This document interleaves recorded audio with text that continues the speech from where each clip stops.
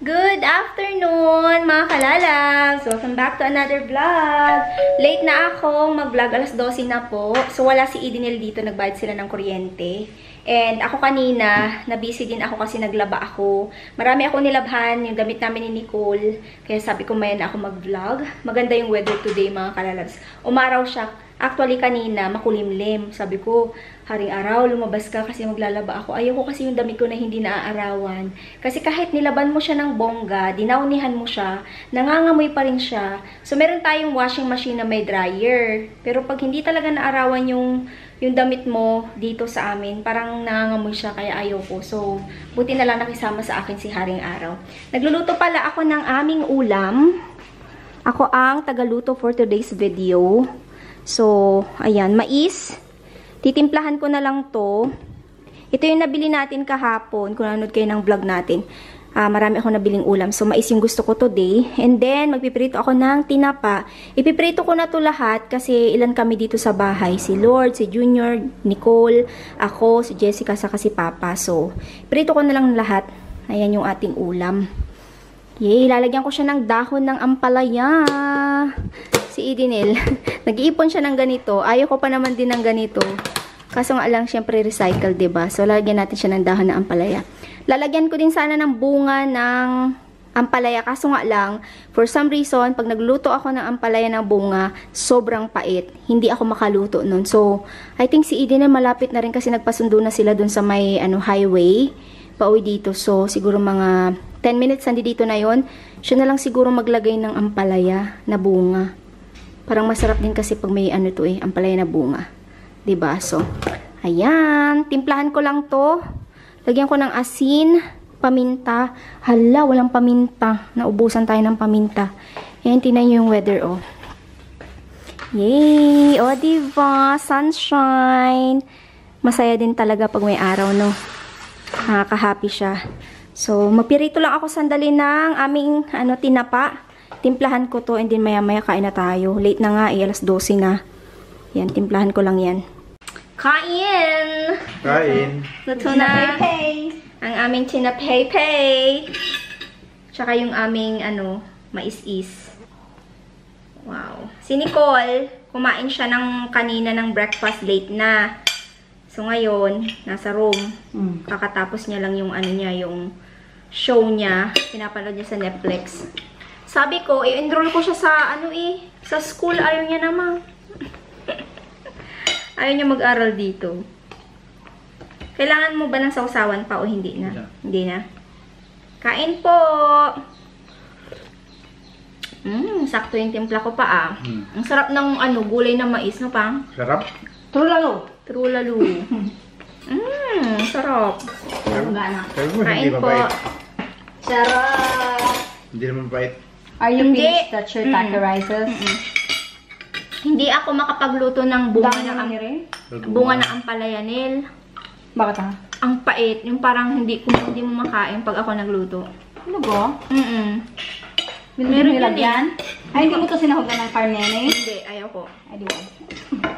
Bakit meron ka nang tinapa, kakarnihan mo pa? Arte-arte nyo kasi dalawa yung yung ulam nyo. Mantalang kami ni Father. Siyempre, dalawa lang kayo. Ilan tayo? Niluto ko na. Ano lasa ng ganun din? Yung, sarap. Perfect, diba? May in-order kaming shirataki rice na ibang klase. Masarap siya. Rice din naman doon, Kasi ito kasi may benefits.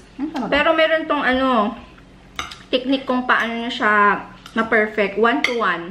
Yun yung Kasi yung ginawa ko ay 1-to-1. 1 cup of shirataki rice and 1 cup of boiled water. Dapat boiled na boiled yung water. Kasi kung hindi siya maaano. Saan ang mais mo, hindi mo alam. Hindi ko alam, nagluluto ako niya. Sabi mo, nuluto ko kasi iba-iba sa iba-iba mo. Perfect. Perfect, di ba pa? Kaya alam mo namang nagluluto ako. Anong hindi ko alam? Sabi mo ka. Yung sa amin kasi, Dinel, is sweet corn. Ito kasi, yung binibili ko kanina, kung hindi ko tinanong kung sweet corn to, hindi ko alam yung, ayoko yun. Ayoko yun, yung yellow, pag ganitong gulay. Matamis siya. Ano to, sweet corn? Hindi. Yung sweet corn pa yellow yun. Yan, hindi naman yellow yan. Puti yan. Yan talaga yung panggulay. Big rat. Yung kanin ni Papa taba-taba, ito pala.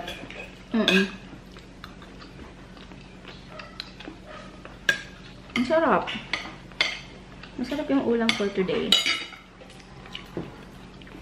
Kagabi pala, inulam na namin yung uong. Hindi lang ako nag-vlog kagabi. Kahapon pala. Baka umuwi si Lord. Ay, uno, hindi ko binlog ka ba yung din. Silot? Baka umuwi. Hindi makauwi? Baka umuwi. Ano, uwi? Nasaan siya? Narehistro? Narehistro. Papa, di ba tinanong mo siya kanina na saan ka punta? Mag-rehistro ng motor, sabi niya. Wala dito yung dalawa. Yung isa nasa Alaminos, magpapagupit daw. Yung isa naman magre-rehistro. And akala ko matatapos ng maaga si Lord para maumpisahan niya sana itong simentuhin itong ano namin. Pantry. Pantry. Yung dirty kitchen.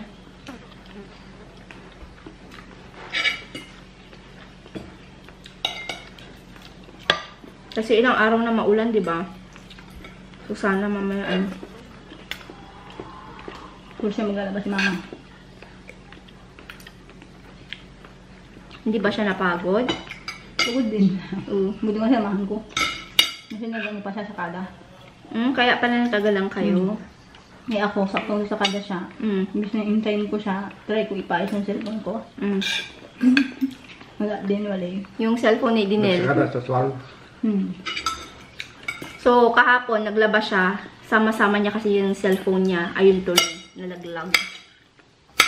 Maglalaba? Nilagay ko kasi, di ba, yung yung sa pintuan dito na. Ngayon, nung isasara ko yung pintuan, nakabagsak.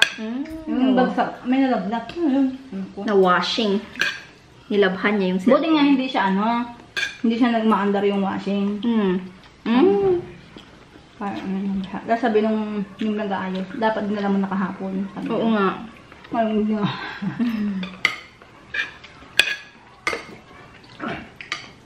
Pag sinasarge mo, zig wala. Huwag mo na i-charge, baka mamaya pumutok. Yan, kain. Sarap ng ulam namin. May isabol. Sarap. Ganito yung ulam ng probinsya talaga. Kaysa karne ka ng karne. Isda, gulay, ganun. Sarap. Ba't hindi kailangan ng yung remote niya sa hindi kailangan? Ngayon, Yun. Yung TV. Yung remote daw ng ng... TV Plus? Oo. Bakit? Ba't wala na, hindi na kailangan. Kaya nga Hapon na, mga kalalabs, meron akong parcel na dumating. Na-addict na ako sa TikTok. Sa mga TikTok shop. So, may na-order ako. Kaya lang, inaayos ko lang kayo dyan. Baka mamaya malaglag kayo, no? Kaya lang. Open natin siya. May tumatahol na aso. Ayan. Huwag kayo mahuhulog, Baka mahulog kayo. Huwag kayong kumilos. Charis. Kaya lang. Oopsie. Ayan. I think okay na kayo dyan. Dito. Yan. So, ito yung 4 na parcel ko. Meron na ako na isa dito na na-open. Ayan o, ang cute. O, diba? Magsuot ka lang ng jeans, rubber shoes, and then ito. Tapos, meron kang panloob na white na parang sports bra. Parang ganun. So, ayan, diba? Matagal ko na gustong bumili ng ganito. Wala akong makitang good quality. This one is a really good quality. Sa TikTok ko lang din to nabili. Next naman is itong, ano ba itong binili natin? Para sa kilikili. So, nung nakaraang araw, may tinry ako na product ni Edenel. Yung Sakura ba yun? Hindi ko alam kung hindi ko matandaan. Nasudong yung kilikili ko. Sobrang pula. Ayoko ipakita sa inyo. Nakakahiya. Parang nagkaroon siya ng rashes. So, ito namang in-order natin is Sergeant at Arms. Ayan. So, meron tong cream at saka serum yata. Pero yung deodorant yung binili ko. Ayan siya. I-try natin. Sabi nung may-ari nito is nakakaputi talaga daw siya ng kilikili. So, tignan natin. Or nakaka-brighten up ng kilikili. So, sana kinuha ko yung 3 set para makikita natin before and after. Okay, next naman is this one. Ano kaya to? Kalimutan ko na. Maganda daw to na underwear. Ayan, panty. Bumili ako ng panty. Dalawa lang binili ko. Itatry ko siya. So, ito yung Ecora or Ecora na brand. Uy, ang lambot. Uy, ang lambot ng ano niya.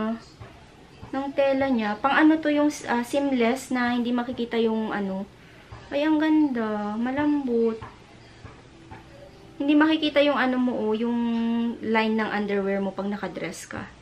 Hala, ang ganda. Dalawang klase yung, dalawang kulay, sorry. Dalawang kulay yung binili ko. Ayan, oh. Isang ivory or cream color and then black. So, ayan yung binili natin. Tapos, next naman is this one. Nakita ko lang din sa TikTok, o diba? Masarap mamili sa TikTok kasi may mga items na mura and then good quality siya. Hindi na ako bumibili sa Lazada kasi meron ako mga nabili sa Lazada na sobrang bad quality talaga siya. Depende siguro. Ayan, dalawang dress. Same brand. Bulaklakin. Pang summer dress.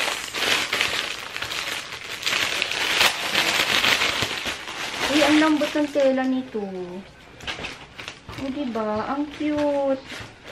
Ang cute. Okay lang. Tatayo ako. Ay, ang cute. I-try ko siya, tapos lagay ko siya dito sa screen, no? Ay, ang cute niya. Wala, ang cute. Ganda ng quality. Malambot. Hindi siya yung parang ang init sa katawan. Malambot siya, tapos garterize siya dyan, oh. Ay, ang cute. May dress na si Mami Faye. Pag-dress-dress din tayo pag lumalabas, no? Pwede ko tong isuot yata sa binyag ni Tantan. Pwede na to, no? Sa binyag ni Tantan. Ang cute. Tapos, itong isa naman. Ay, mas malambot to. Ay, ito yung ano. Parang yung tela niya is, hindi ko ma-explain yung tela niya. Sana hindi masyadong mainit sa katawan to, no? Ayan. Long dress din siya. Uy, ang cute. Lagay ko lang din dito sa screen. So, ayan yung nabili natin sa TikTok shop. Ang cute. So, yung brand nito is Miss M Fashion. Yun yung pangalan. Same brand. Pero maganda ko. Mas maganda to. Itong blue. Gusto ko yung kulay. Nice. Ang cute. Diba? Ang ganda ng kulay. Sana pag nilabhan, hindi siya maano. Pangalan nito, masira ka agad. Kasi may mga ganito. Mura nga. Tapos, maganda yung tela niya, pero pag nilabhan mo, na ano siya, masisira siya kaagad. Ay, ang cute! So nice. Ayan yung mga nabili natin. Ayan. Labhan ko muna yan, tapos isuot ko sa okasyon. Hindi ko alam kung anong okasyon yung pagsusuotan natin. I think, binyag ni, ni Tantan, tapos yung blessing dito sa bahay. So, matagal pa naman yun. Naghanda lang ako talaga kasi wala akong masyadong dress na damit. Puros ako t-shirt. As you can see naman sa vlog, diba? Ayan. Sunugin natin itong mga plastic. And itry ko tong, itong underwears at saka itong pang kilikili. Sa totoo lang, umitim yung kilikili ko tapos nag-rashes siya. So, nahihiya ako ipakita sa inyo. So, magbi-video na lang ako ng before and after. Pag nag-work ito, I will let you know, mga kalalabs, no. Makikita niyo naman sa vlog yan. Try natin to. Kung mapapaputi niya yung aking, maitim na kilikili. Ayan. Okay. Sabi ko lang to saglit. Labhan ko to para masuot ko siya sa mga susunod na araw. Labas tayo. Maglalaro kami ni Edinel ng badminton kasi yan yung ating afternoon exercise, yung badminton. 3:41. So, mag-aalas 4 na. 14 minutes before mag 4 p.m. Tapos ko lang nag-shower, mga kalalabs. Alam nyo, nang hina ako. Nagkaroon ako ng matinding diarrhea. Tapos, sakit sa tiyan. So, pasensya na sa mga kumakain, no. Hindi ko alam kung ano nangyari. Pero I think doon sa, kasi meron silang ginawang ice. And yung ginamit nilang water is regular water, hindi siya mineral. So, meron talaga akong sensitive sa regular na tubig. Kahit si Nicole meron din. So, kasi, kumuha ako ng ice sa ref. Hindi ako nagtatanong. Yung ginamit pala nila is yung galing sa faucet. Yung regular na water, hindi mineral. So, inom ako ng inom. Uhaw na uhaw ako kanina. Nakailang, ako. Siguro sa isang pitchel, yung buo nun. Sobrang lamig kasi nung tubig. Gusto ko yung malamig na tubig. Tapos, nakalahatian ko yung isang pitchel ng water. Yung gamit doon is yung yellow or ice na galing sa, yung ginawa nila is hindi mineral. So, nagkaroon ako ng, reaction doon sa tubig. So, madalang naman akong yung parang hindi naman ako madalas nag-ice. Pero kanina, parang uhaw na uhaw talaga ako. Gusto ko ng ice. So, sabi ko, pag gagawa kayo ng tubig is yung, mineral. So, hindi na po sana yung tiyan ko sa regular na water, yung hindi pinapakuluan, or yung, basta yung galing sa faucet, no, sa gripo, ayan. So, ayun. Hindi naman ako maarte, no. Kaso nga lang, syempre, nakatira na tayo sa ibang bansa. So, meron yung sensitive sa tiyan natin na hindi na natin, yung dati is, tayo, normal lang sa atin yung uminom ng, galing sa gripo. Pero ngayon kasi, is medyo sensitive tayo sa tubig. So, kailangan sanayin ulit yung sarili natin na ganon. So, sabi ko, next time, pag gumawa kayo ng ice, wag yung regular na water. Kasi nagkaroon talaga ako ng, kanina, ng reaction. Buti na lang may gamot si Edenil na para sa, sa diarrhea. So, medyo okay na ako ngayon. Kanina nga, nagluto pa ako. So, mapapanood niyo yung vlog ni Edenil. Yung nagluto ako ng pigar-pigar. Pero, tikim-tikim lang ako kasi medyo hindi talaga ako nagkaroon ng pangalan nito, ng gana sa pagkain dahil nga doon sa kanina nagkaroon ako ng sakit sa tiyan. Ayan, naglalagay lang ako ng aking moisturizer and then papahinga na kasi medyo nanghina talaga ako. Alam niyo na yan, pag nagkakaroon kayo ng ganitong sakit sa tiyan, tapos CR kayo ng CR, ayun, nagbabawas kayo, magkakaroon talaga kayo ng panghihina. Actually, kahapon nga din, yung asawa ni Edenil, nakakain sila ng parang yung, anong tawag doon, yung mushroom sa gubat. So, marami sila sa trabaho nila na nagkaroon ng nagsusuka sila, nagdadiarrhea sila.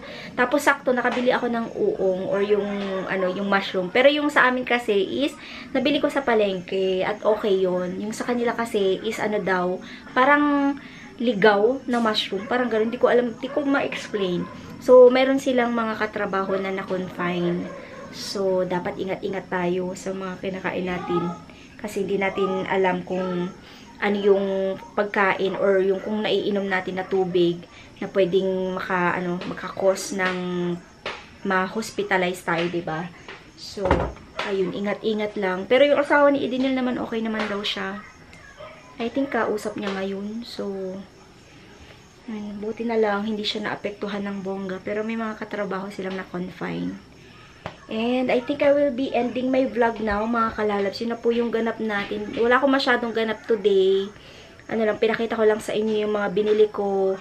And hindi ko pa nga na-try on yung binili ko kasi talagang kanina, nung sabi ko, ko. Tapos nung sumasakit yung tiyan ko. So, kung mapapansin nyo, hindi na ako naglagay ng photos dito sa screen kasi hindi ko naman na-try. So, saka na lang, makikita nyo na lang sa vlog ko yung dress, yung mga nabili natin, or itatry ko pag okay na yung pakiramdam ko. So, ayun na po yung vlog. Sana po ay na-enjoy nyo yung ating simple vlog today. If you enjoyed this video, please don't forget to like, subscribe if you haven't yet. Hit nyo po yung bell icon para ma-notify po kayo sa mag-upload kami ng panibagong video. See you on our next vlog. God bless us all, stay safe, and always be kind. Bye-bye!